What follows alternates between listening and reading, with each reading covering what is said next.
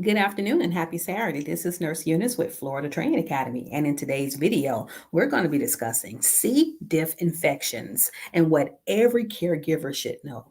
We'll give you about 10 seconds to receive your notifications, and we will get started shortly. Welcome, everybody.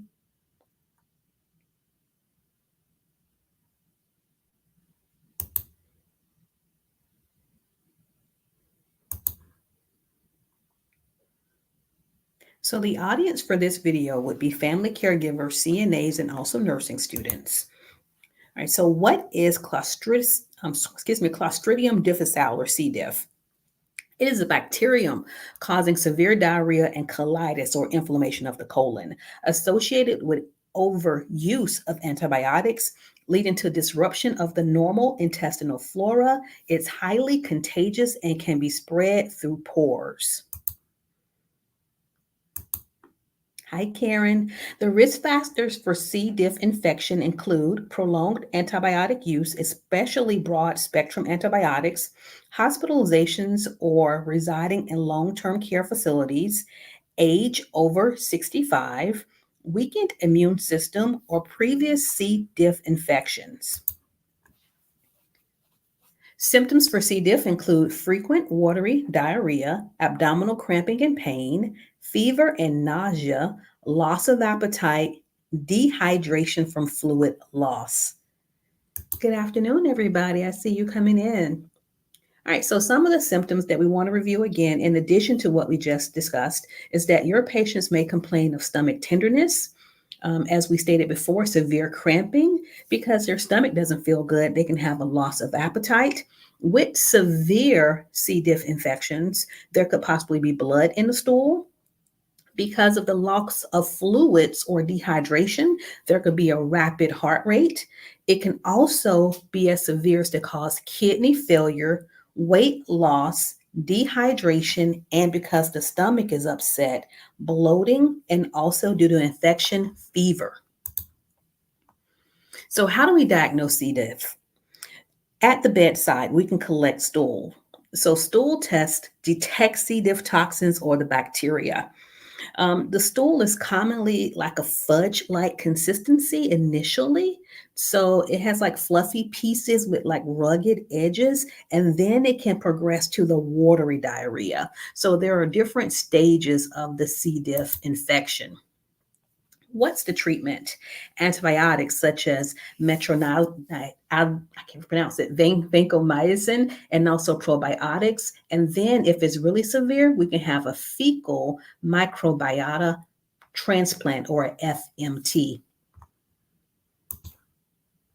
Infection control measures, hand hygiene. That is the first and most significant way to reduce the spread of C. diff. The C. diff spore is encapsulated. So if you use hand sanitizer cannot penetrate the spore. So hand sanitizer is not usually used on patients or in the care of patients who have C. diff infections. We must wash our hands with soap and water. Again, alcohol-based hand sanitizers are ineffective. We have to have the proper personal protective equipment or PPE. Normally, it's going to be gloves and gowns. We wouldn't need a mask as C. diff is not airborne. Patients with diagnoses of C. diff require contact isolation, so they should be in a private room. And then, as far as the environmental cleaning, bleach based disinfectants are used. How do we prevent the C. diff infection? Judicious or careful use of antibiotics, strict adherence to hand hygiene, proper cleaning and disinfecting of patient rooms and equipment, and education of healthcare workers and patients on prevention. And so in this image in the far left corner, we have a healthcare worker who has poor hand hygiene. He infected a patient. This patient went to rehab, who infected more patients and staff members.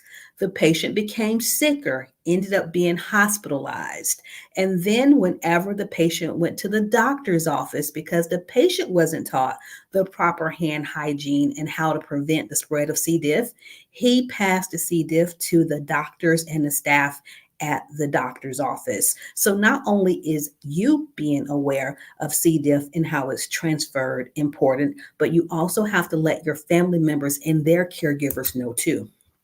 And so, where can C. diff hide? I love this image. And so, it can hide on uniforms, which is why nothing is supposed to touch your uniform. When you're making a bed, keep your legs away from the bed. When you're touching linens, nothing should be touching you because you could get this bug on you and transfer it to another patient.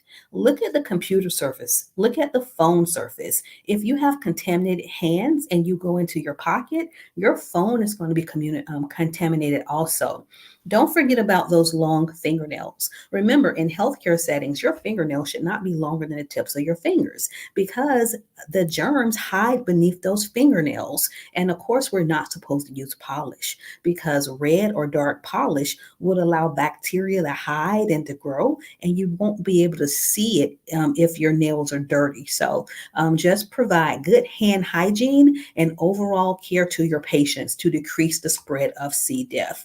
And then those many surfaces that we touch, usually you'll see environmental services come back with the bleach solution, the cleaner to clean those surfaces. But we need to help them prevent the spread of C. diff. So, what is the role of CNAs and nursing students in C. diff care? You're going to provide diligent perinatal care to prevent skin breakdown. You're going to monitor intake and output, or INO, to assess dehydration. You're going to report any changes in bowel movements or patient condition properly. And you're going to ensure that patient control, infection control measures are followed. Before we get to our test, let's discuss some of the key takeaways. C. diff is highly contagious and requires strict infection control measures.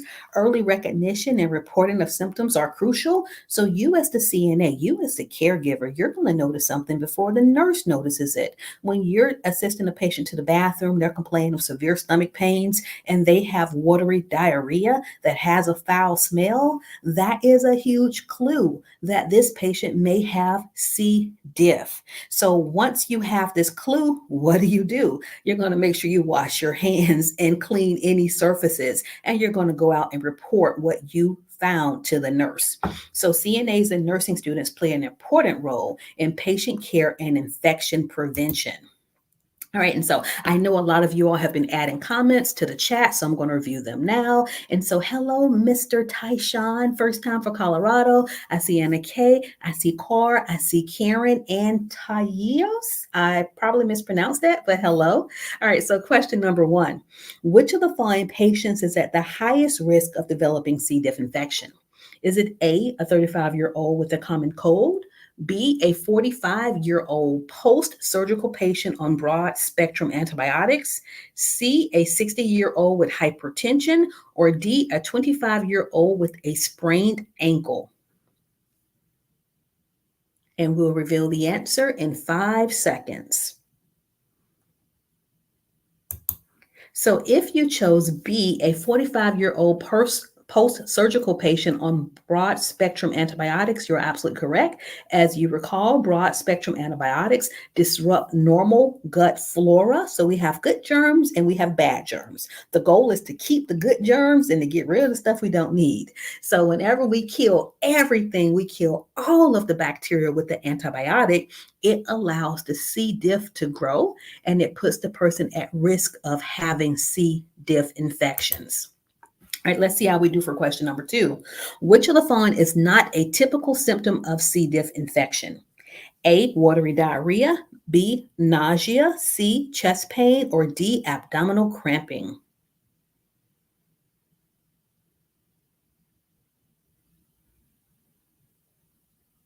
We'll be revealing the answer in 3, 2, and Catherine has it. I see Catherine and Ann. Great job. It is chest pain. Chest pain is not typically associated with C. diff. However, watery diarrhea and cramping are more common. What is the most effective way to prevent the spread of C. diff spores? A. Using alcohol based hand sanitizer. B. Drinking plenty of fluids. C. Wearing a surgical mask. Or D. Washing hands with soap and water. And I know every one of you will get this answer correct. So we'll reveal the answer in 5 seconds. Anne, Anna Kay, Catherine, you all are absolutely correct. The correct response is D, washing hands with soap and water. So, soap and water effectively removes the C. diff spores while alcohol based sanitizers do not. Which type of isolation is recommended for patients with C. diff infection? Is it droplet precautions, fecal precautions, contact precautions, or standard precautions? Ooh, this one's tricky. What do you think, team?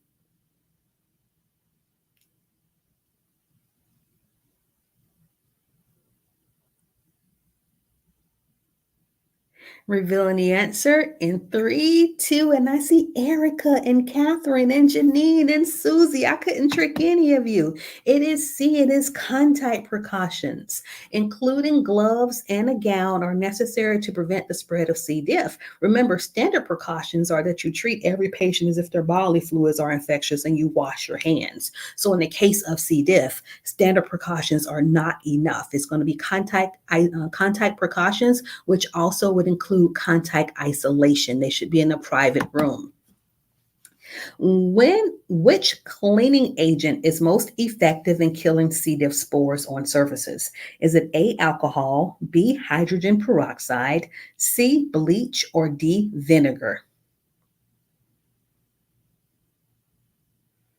And this one is super easy. So we'll reveal the answer in 3, 2, and that is correct. Bleach based disinfectants are effective in killing C. diff spores on surfaces. So notice how it says bleach based. Because of the smell of bleach, some patients may have respiratory conditions. So we can't have really strong chemical smells in the facilities. So even though the wipes may have bleach in them, the facility will not smell like bleach. So that's why you don't have the bleach smell, but we still have the cleaning effect of the bleach in our facilities. How is C. diff primarily spread?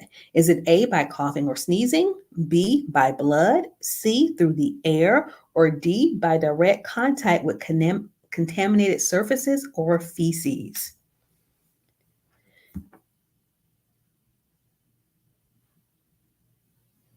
And I know you are super smart and super awesome. So you all chose D, by direct contact with contaminated surface or feces. Don't forget that whenever you are cleaning somebody, you don't put those soiled items on the floor. If you put them on the floor, that means the next caregiver is walking through the residue and they can get C. diff on their shoes and take that throughout the entire facility. So everything that you do matters to help keep not only the patients, but you, other patients, and the entire facility C. diff and germ free. Which of the following is a common complication of C. diff infection? So common. Is it A, kidney stones, B, dehydration, C, high blood pressure, or D, stroke?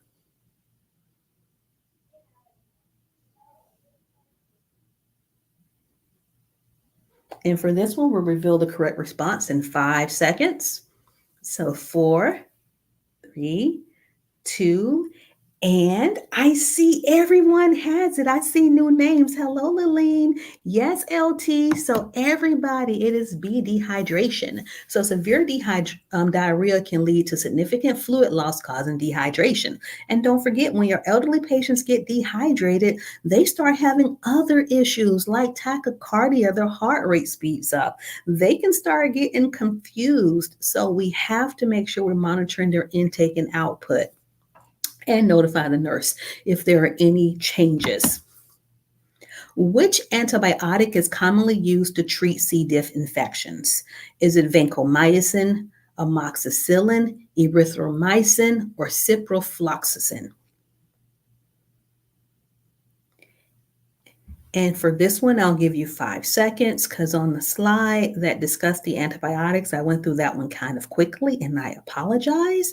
But as a CNA, you won't be given medications quite yet until you finish nursing school. So for this one, if you chose vancomycin, you are correct. Whenever I think of vanco, I think of like gorillacillin. It's like it's a stronger antibiotic. So vancomycin is one of the first line treatments for C. diff infections. What is the primary role of CNAs in managing patients with C. diff? Is it A, administering antibiotics, B, providing personal care and monitoring fluid status, C, performing diagnostic tests, or D, prescribing medications? Know your role as a CNA. What is your job when your patient has C. diff? And I'm doing my nurse dance over here. You all are correct. Oh, you know what, Anna Kay, you're not wrong because you all do the bedside test, or at least you collect the specimen. So I will give you a bonus point for C, but the correct response is B, because if we're just collecting the specimen and we're not providing personal care, if we're letting them lay in their fecal matter for too long, not only would they have C. diff in their diarrhea or their stool, they'll also end up having a urinary tract infection. And whenever we get a sample of their urine could have C. diff in it also. So the priority is going to be cleaning them and making sure that their fluid status is balanced. So CNAs play a critical role in assisting with personal care, maintaining skin integrity, and monitoring intake and output. And yes, you also collect the specimens. All right, question 10. Which of the following should be reported immediately when caring for a patient with C. diff? Is it A, mild thirst, B, decreased skin turgor, C, slight fatigue, or D, decreased urine output? Oh no, Mrs. or Mr. Thompson, that's okay. This next time, all you have to do is go back and take that written test, and you're going to pass and you're going to be successful. And we're not going to doubt ourselves because we know this. So I hope to hear from you in the future saying that you passed that test with flying colors, less nerves, and more preparation. All right, so for you all, number 10, the correct response is D. Yes. So let's go back so that you understand the differences between D and B. Whenever someone is dehydrated, we expect for them to have decreased skin turgor.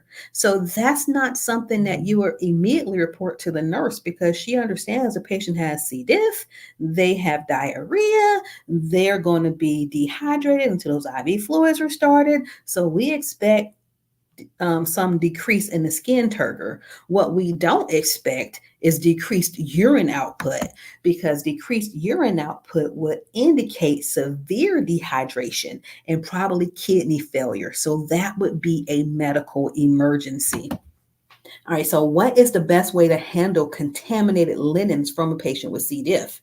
A, shake the linens before washing them. B, place the linens in a biohazard bag. C, wash the linens with regular laundry. D, disinfect the linens before washing. So what do we do? And this one's tricky. I don't like this question. So I'll accept one or one of two of the four, and let's see what the response is. Place the linens in a biohazard bag. Contaminated linen should be placed in biohazard bags to prevent the spore spread. Now, in some facilities, this may not be the case. So in some facilities, you're just going to put it in the regular laundry bag. So follow your facility protocol. Or if you're not sure, ask the nurse, hey, I'm changing the linens. This patient has C. diff. In the facilities that I've worked at, they have a special supply closet for patients who are on isolation. So you had your normal patient dirty closet, and then you had your isolation patient dirty closet. And so that could be the difference. If your facility isn't using biohazard bags to transport dirty laundry, maybe they have a separate storage area to prevent the the normally soiled laundry from being washed with the laundry infected with C. diff, because don't forget the C. diff laundry has to be cleaned with a bleach solution. Question 12. Which of the following is the most common trigger for C. diff infections? Is it A, overuse of hand sanitizer, B, use of antibiotics infrequently, C, overuse of antibiotics, or D, viral infections? And I appreciate you all for spending time with me on Saturday. I look forward to getting on here and just helping you all learn, because I like knowledge. I like learning new things, or I just like to, see if what I know, if I retained it. So the fact that you're here on a Saturday, I appreciate you all. And for this question number 12, if you chose C, you are correct. So it's the overuse of antibiotics that kills off helpful bacteria in the gut, which normally keeps C. diff bacteria in check. Remember, normally we have good bacteria, we have bad bacteria. When you kill off all of the bacteria just indiscriminately, you're going to allow the C. diff bacteria to grow. So without these protective bacteria, C. diff can grow rapidly, causing infection and inflammation. Additionally, C. diff forms tough spores that survive antibiotics, increasing the risk of infection and making them harder to treat. No, Mr. and Mrs. Thompson, I don't have an email address because I don't do the one-on-one, but we have so many videos in our library on YouTube that go through terminology. We also have free resources on our website, which is shown on each of the slides. It's fltraining.com. You all, I love you all, but I can't be your personal tutors. That's what you all have your teachers for locally, okay? All right, so question 13. What is the most reliable method for diagnosing C. diff infection? Is it A, stool samples testing for toxins, B, blood test, C, chest x-rays, or D, urine analysis?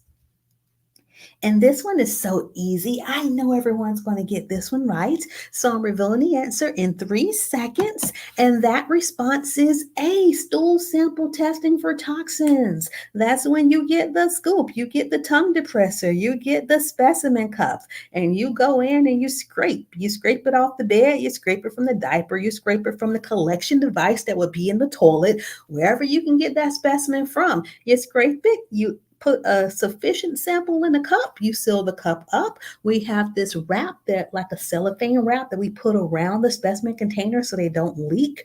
In some facilities, you would have to, of course, you're going to put it in a specimen bag. In some facilities, you can't put stool in a tube system. So that would be something that would have to be hand delivered to the lab. If you're in a facility that doesn't have a lab in-house, well, then it will have to be mailed off to the appropriate laboratory facility. All right, question 14. Which of the following foods should be encouraged for a patient recovering from C. diff? All right, so Miss Nancy had bloating, severe diarrhea, she had pain, she went through being dehydrated, and now she is recovering. What food should she be eating? Is it A, high fiber diet, B, bland, low fat foods, C, spicy foods, or D, fatty, greasy foods? I don't care how much she wants some spicy chicken from Popeyes. If she eats that spicy chicken after having a C. diff infection, she is going to regret it. So the correct response is going to be B, everybody. It's going to be a bland, low-fat diet. We like to call it the rice diet. So we're going to start off the brat diet. So we're going to start off with bananas. Then she can have maybe some rice, apples, and toast. So the brat diet would be low fat, it would be bland, and it would be less likely to cause stomach irritation. All right, question number 15. What is the key reason for placing a patient with C. diff in a private room? A, to give them peace and quiet. B, to provide better privacy. C, to monitor their condition more closely. Or D, to prevent the spread of infection. And that is right. You are absolutely correct. We can't have her in the room with somebody else, somebody who may have cancer, somebody who may have pneumonia, because we know that they are immunocompromised. They're already having other types of medical conditions, and we don't want to worsen that by putting them in the room with somebody who has C. diff. So the correct response is D. C. diff is highly contagious, so isolating the patient prevents the spread of infection. Question 16. What is a critical task for CNAs when caring for patients with C. diff? Is it A, teaching medication administration, B, writing prescriptions, C, monitoring skin integrity, or D, performing surgical procedures? I know how much you all want to do D, but of course that is not within your scope of practice. So, what is the correct response?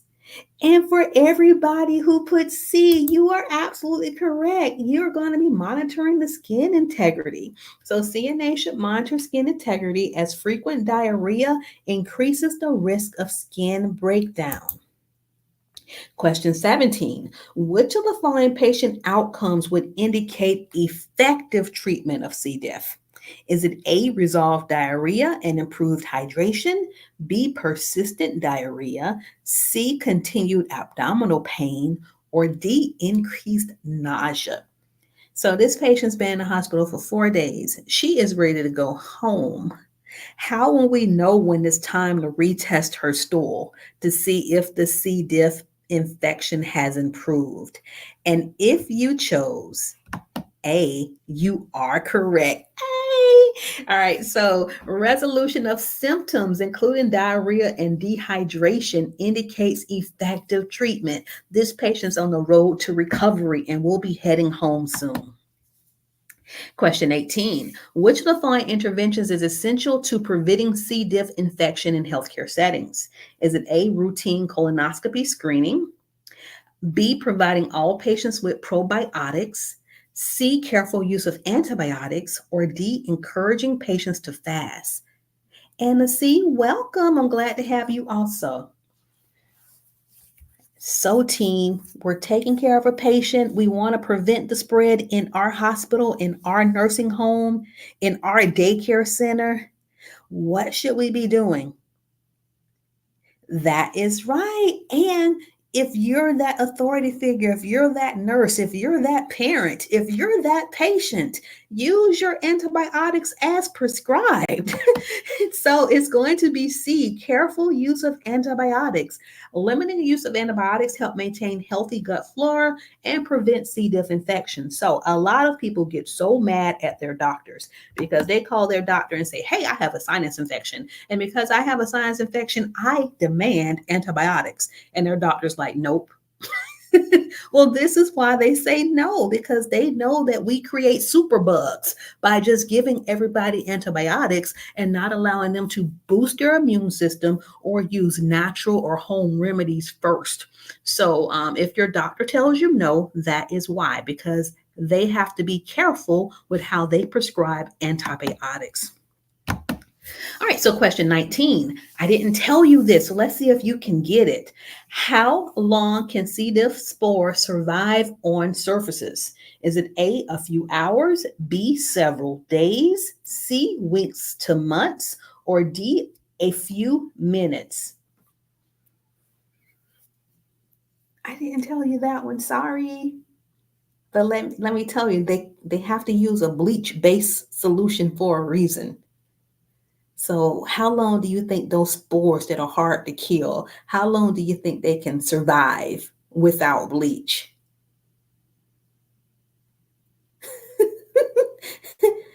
All right, so I'm going to say Hamani said C or B. I have a lot of C's. I have a lot of B's. I have a D, so I do apologize. I did not properly prepare you, but the correct response is C, weeks to months, you all. Those C. diff spores are resistant and can survive on surfaces for long periods, making proper cleaning essential. All right, so question 20. What role do probiotics play in the management of C. diff? A, they cure the infection. B, they help restore healthy gut bacteria. C, they kill C. diff spores. Or D, they prevent dehydration.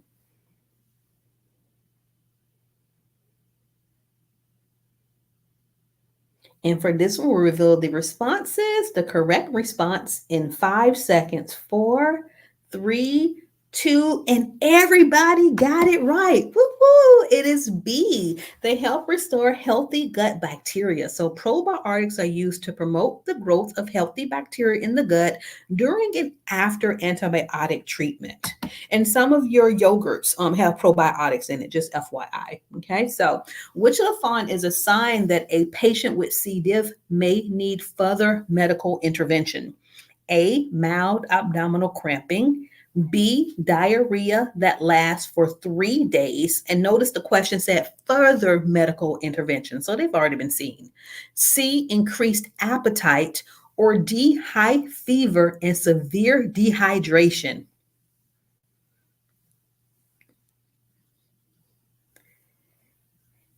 So this person needs further medical intervention. What do you think the response is? Oh, you are all over the alphabet. I see a D, I see a B, I see a A, I see a B. All right, so if a person has C. diff, they will have diarrhea, they will have abdominal cramping, and they will not have an increased appetite. So, if someone needs to seek further medical treatment, it is going to be because their symptoms have worsened. And so, which one of these would be the worst case scenario with the diagnosis of C. diff? Revealing the answer in three, two, and I know Catherine has it. Looks like Erica has it. If you all chose D, high fever and severe dehydration, you understand that those were worsening signs of infection. That means the person probably has colitis. It is bad, inflammation, bloating. Now they have a fever. They need to be seen by a doctor, probably need to be hospitalized ASAP. And they're also going to need IV fluids. So this would be the severe extreme case of C. diff. We understand that with C. diff, a person can have watery stools for a few days. So 3 days of diarrhea is not uncommon. All right, so what is the main benefit of fecal microbiota transplant, FMT, for recurrent C. diff infections? So, grandma at least 3 to 4 times a year has C. diff infections. Why would we consider an FMT? Is it A, it prevents the need for surgery? B, it restores healthy gut bacteria? C, it increases appetite? Or D, it reduces the needs for antibiotics? Hey, Shadima. I can't pronounce your name, but hey. All right, everybody, revealing the answer in three, two, and you got it right. It is B. It restores healthy gut bacteria. So FMT introduces healthy bacteria to the gut to combat recurrent C. diff infections. All right, so this one is you. You are the caregiver. So a CNA was exposed to C. diff, and they plan to return to work. What is the best initial action the CNA should take? A, wash hands with hand sanitizer after every patient contact. B, wash their personal belongings with their kids' clothing. C, notify their supervisor and follow infection control guidelines. D, wear regular gloves and continue with patient care as usual. Look, I know you want to get back to work. You feel better, but just because you feel better doesn't mean that you are not still infectious. So, what is the best response for a CNA who contracted C. diff and now feels better and wants to return to work, taking care of sick patients? Hamani, you got it right. It is C, everybody. Look, you all, you need to talk to your supervisor. We don't trust y'all. You're going to notify your supervisor and then follow infection control guidelines. So CNAs exposed to C. diff should inform their supervisor and adhere to those infection control policies. Remember the PPE, etc. And it wouldn't be hand sanitizer. It's going to be hand washing before and after patient care to prevent the potential spread. Notifying the supervisor ensures that appropriate precautions have been taken. Look, they're going to be checking your temperature. They're going to be watching you like a hawk just to make sure that, and seeing how many times you're going to the bathroom, just to make sure that you really are no longer, that you no longer have symptoms from your C. diff infection. All right, question number 24. What is a common symptom indicating a severe case of C. diff? Is it A, bloody stools, B, slight fatigue, C, normal bowel movements, or D, frequent urination? Severe case of C. diff. And for this one, we'll reveal the answer in 5 seconds. 4, 3, 2, get them in, get them in, get them in. Yes, Catherine, Erica, Core, Ahamani, Shindinama. All right, you all got it right. It is A, bloody stools. Bloody stools are a sign of a severe C. diff infection requiring immediate medical attention. Our last question. It's almost time for us to go. I hate this moment. Question 25. What is the first step CNA should take after coming into contact with a patient with C. diff?